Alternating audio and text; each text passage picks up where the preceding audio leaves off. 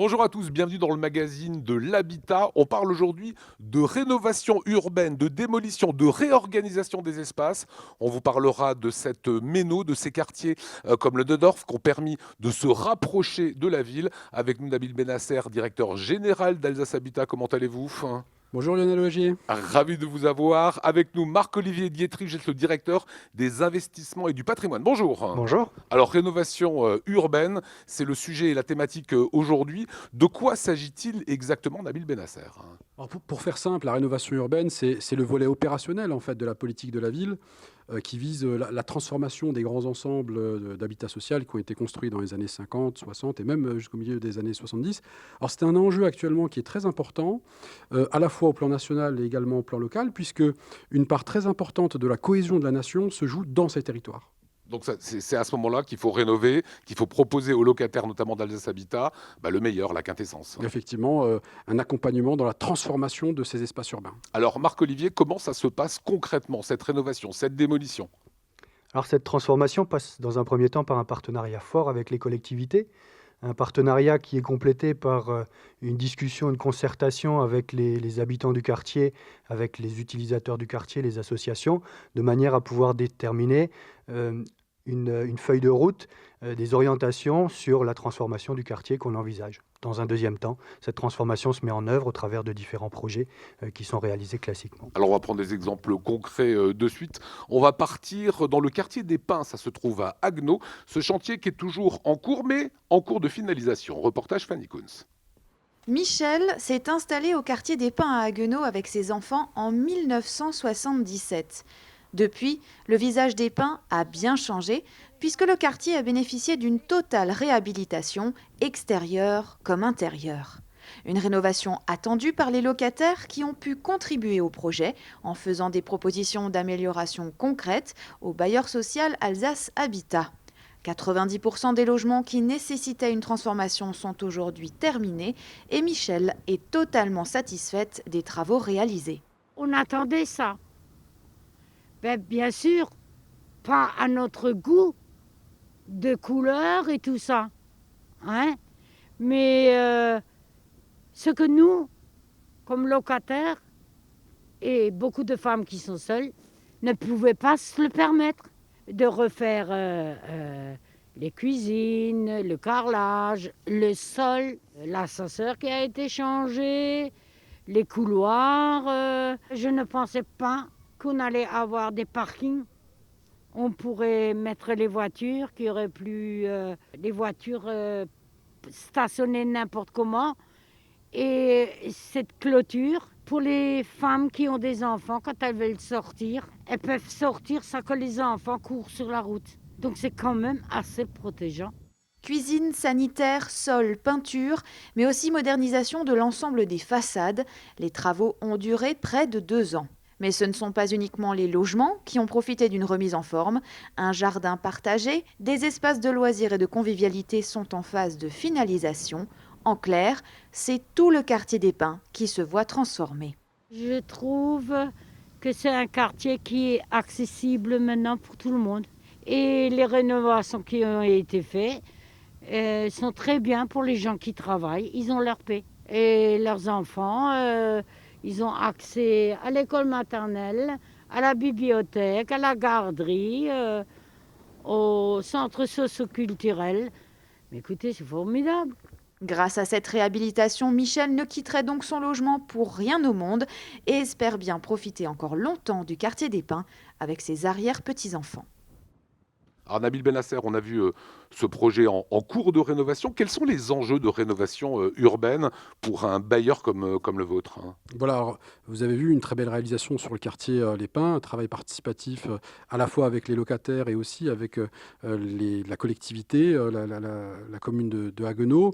Alors je vois deux volets. Un premier volet qui est un volet urbain, vous l'avez vu, une intervention très importante sur le bâti, sur les espaces extérieurs, et puis un volet humain, puisqu'il s'agit également dans ces quartiers d'habitat social d'organiser un accompagnement social de ces habitants et de construire le projet urbain en plaçant le locataire au centre en fait des préoccupations. Alors, c'est justement ce qui va nous intéresser, Marc-Olivier Dietrich. Pendant les travaux, c'est la question qu'on se pose pour les locataires. Qu'est-ce qu'on fait des locataires? Est-ce qu'on les reloge? Alors, pour permettre aux locataires de rester dans leur logement, on met en place en fait tout un process très strict avec les entreprises et très suivi de manière à limiter au maximum le délai d'intervention dans les logements et de limiter du fait également l'impact pour les locataires de ces travaux. Il est important pour que les choses se passent bien que le lien existe entre l'entreprise et les locataires au travers d'une interface locataire qui est présente en début de travaux et pendant les travaux pour s'assurer de la coordination de toutes ces actions. Il peut arriver ponctuellement, dans le cas de travaux très particuliers, de devoir déplacer les locataires, de devoir retrouver des relogements, mais bien évidemment, dans ces cas-là, Alsace Habitat assume complètement ce relogement. Voilà, mais ça c'est la pierre d'achoppement. Ça coince un petit peu si on dit à un locataire, voilà, faut vous reloger. Il est obligé de partir de chez lui, pas forcément très content, quoi. C'est toujours plus compliqué. Voilà, d'où les négociations, d'où les concertations. Je vous propose qu'on prenne une première question, les questions qu'on se pose. Regardez. Comment choisissez-vous les logements qui doivent être réhabilités ? Voilà, Marc-Olivier, comment sont choisis les logements? Donc, Alsace Habitat travaille sur un plan pluriannuel d'intervention sur son patrimoine. Ce plan est déterminé en fonction du vieillissement des bâtiments, en fonction de la sécurité des bâtiments, en fonction du confort qui est proposé par les locataires sur ce bâtiment. C'est des plans qui sont des plans à long terme et on retrouve chaque intervention qui est calée dans ce cadre-là. Voilà, Nabil Benasser qui apporte concrètement une rénovation aux habitants. Plusieurs choses. Ces opérations sont des opérations de grande envergure. Je pense au moins à 3 éléments. Probablement l'élément le plus important, c'est que ça apporte d'abord de la fierté et ça redonne de la dignité aux locataires. Le deuxième élément, c'est que ça apporte évidemment du confort et de la qualité de vie dans ces quartiers. Puis le troisième élément qui va de soi pour nous aujourd'hui chez Alsace Habitat, c'est que nous intervenons systématiquement sur la performance énergétique des bâtiments lors des réhabilitations et donc ça apporte aussi des économies sur les charges d'énergie qui sont assez substantielles. Voilà, et on vit mieux dans un appartement qui est rénové et un quartier qui est beau, forcément. Tout à fait. Voilà, c'est ce qu'on va voir tout au long de cette émission ensemble. C'est une nouvelle opération de rénovation urbaine qu'on vous propose à présent. Ça va concerner plusieurs centaines de logements. Ça se passe au quartier des écrivains de Bischheim. Alors de quoi s'agit-il? Regardez. C'est un quartier à cheval entre Schiltigheim et Bischheim qui nécessite une transformation complète. Le chantier titanesque du quartier des écrivains est en attente depuis une vingtaine d'années. Mais loin de faire peur au bailleur social Alsace Habitat, les travaux ont débuté et entrent dans le cadre de l'Agence nationale pour la rénovation urbaine, l'ANRU, qui assure la mise en œuvre et le financement de programmes nationaux de rénovation urbaine. Isolation, fenêtres, parcs et jardins, parking, mais aussi démolition ou création d'espaces d'accueil pour les enfants, c'est un nouveau quartier qui verra le jour dans les 10 prochaines années. C'est une réhabilitation plus qu'une rénovation beaucoup plus profonde, mais qui a nécessité quelques années d'études et qui entraîne une opération de démolition d'un certain nombre de bâtiments, d'aérer le quartier, de le verdir, de faciliter la circulation, piétons, voitures, le stationnement et le traitement des ordures. Et nous avons donc commencé par 2 opérations emblématiques qui sont 2 tours, l'une à Schiltigheim et l'autre ici située à Bischheim, le 17 rue Mistral, qui bénéficie donc d'une rénovation profonde. C'est-à-dire que nous avons souhaité également retransformer la façade pour en faire un symbole de l'ouverture des écrivains sur l'ensemble de notre ville et que ça fera un des quartiers de Bischheim et un quartier de Schiltigheim, et non plus le quartier des écrivains fermé sur lui-même. À l'image du quartier de la Méno et du Neudorf à Strasbourg, qui ont eux aussi bénéficié d'une restructuration complète, le quartier des écrivains devrait se rapprocher du cœur de ville. Le quartier va s'ouvrir grâce à un certain nombre de rénovations lourdes qui donneront une autre image des bâtiments, mais aussi d'ouvrir sur le quartier voisin des friches de Istra, où des opérations de construction seront prévues, notamment aussi de logements sociaux qui permettront de reloger les personnes qui devront quitter des logements à démolir. Entre 2021 et 2030, les travaux de ce quartier vont donc permettre de construire une nouvelle école, des espaces verts, la voirie sera modifiée et s'ouvrira vers les commerces de proximité. Une nouvelle route donnera accès directement à la gare de Bischheim et l'amélioration générale des logements et des bâtiments permettra aux habitants de se sentir plus en sécurité et d'améliorer leur confort.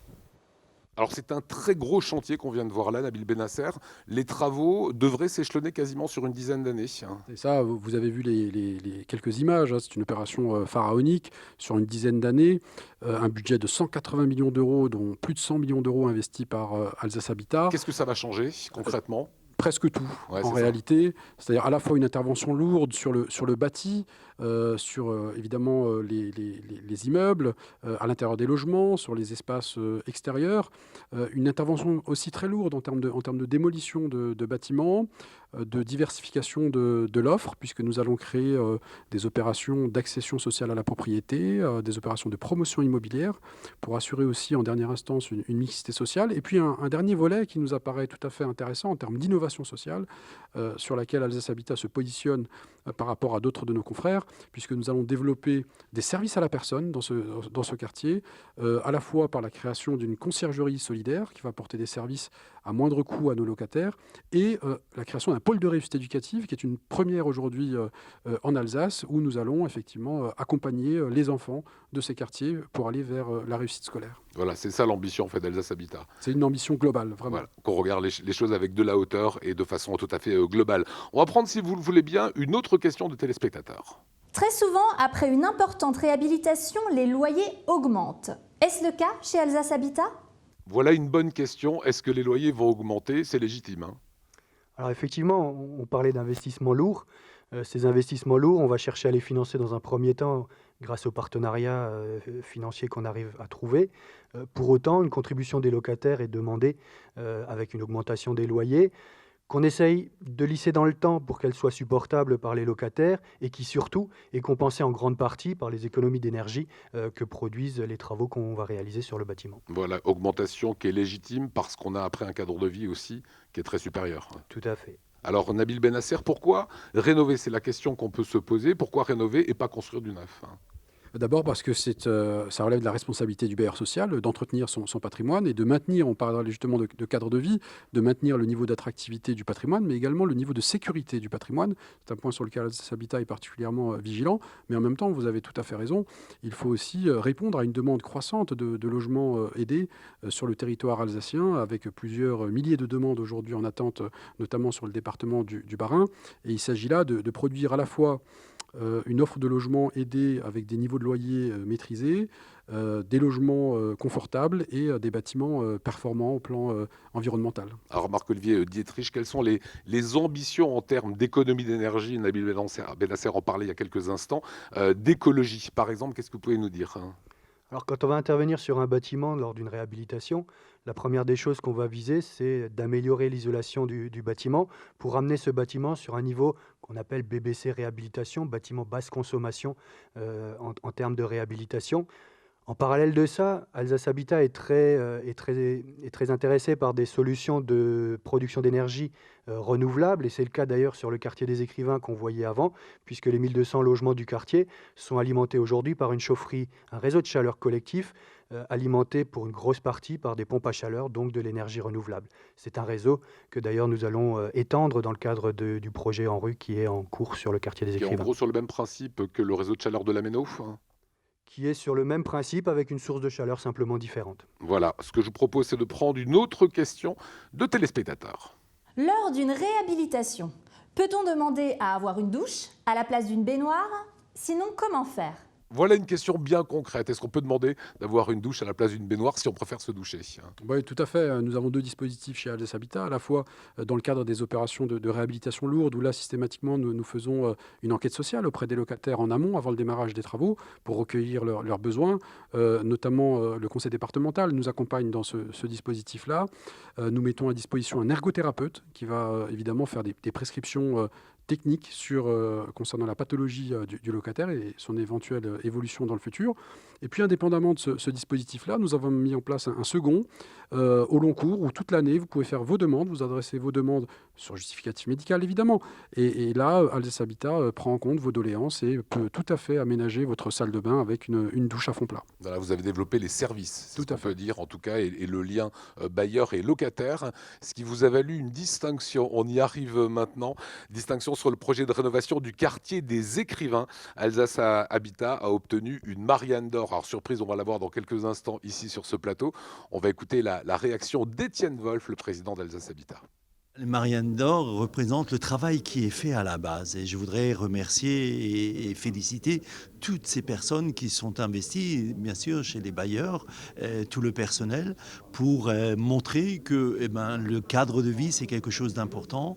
Ce que nous faisons pour nos locataires, pour toutes les personnes à qui nous donnons du logement, que c'est un beau travail et qu'une belle réalisation. Je pense qu'aujourd'hui, la situation sanitaire que nous sommes en train de vivre doit nous interpeller pour créer demain un cadre de vie beaucoup plus, beaucoup plus intéressant pour tous nos locataires, pour tous nos clients, parce que il faut leur donner dans des situations difficiles un cadre de vie quand même réjouissant.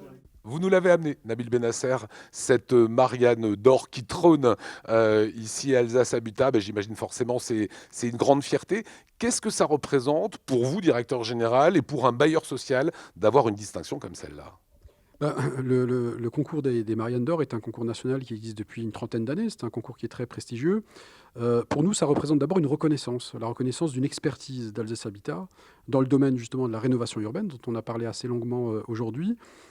C'est également une manière de mettre en valeur le travail des collaborateurs et une méthode participative qu'Alsace Habitat développe avec les partenaires, avec les locataires. Et en dernière instance, je dirais que cette Marianne d'or, elle est aussi un encouragement à poursuivre nos efforts pour l'avenir et continuer cette démarche de perfectionnement que l'on a aujourd'hui autour de nos opérations. Voilà, comment ça a été accueilli par les personnels d'Alsace Habitat ? Avec beaucoup de fierté, beaucoup d'émotion évidemment, d'autant que Alsace Habitat est le seul bailleur social de France à ce jour à être honoré de 2 Marianne d'or, puisque comme vous le savez, l'année dernière, nous avions déjà obtenu une première Marianne d'or pour le réseau de chaleur de la Méno. Voilà, merci beaucoup Nabil Benasser. Merci à vous. Merci à vous, Marc-Olivier. Fier aussi de cette Marianne d'or. Très fier, tout à fait. Voilà, comme l'ensemble des collaborateurs. Nous, on va se retrouver dans un petit mois pour d'autres informations sur ce magazine de l'habitat. D'ici là, évidemment, passez d'excellentes fêtes.